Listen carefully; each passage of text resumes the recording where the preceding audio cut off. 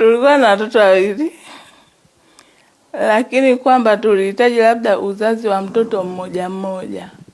Sasa hawa wamekuja watano kwa pamoja.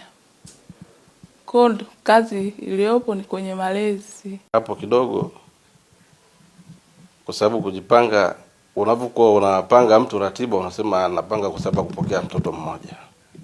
Lakini imekuja kutokea baraka watoto watano. Kwa hiyo ni nje ya uwezo wangu. Lakini nitajitahidi kukabiliana nayo. Tunashukuru Mungu, upasuaji ulienda salama. Tukaweza kumzalisha mama kwa njia ya operation, akapata watoto watano na watoto wote watano wanaendelea vizuri. Kati ya hao watoto watano, watoto 4 ni wa kiume na mtoto mmoja ni wa kike.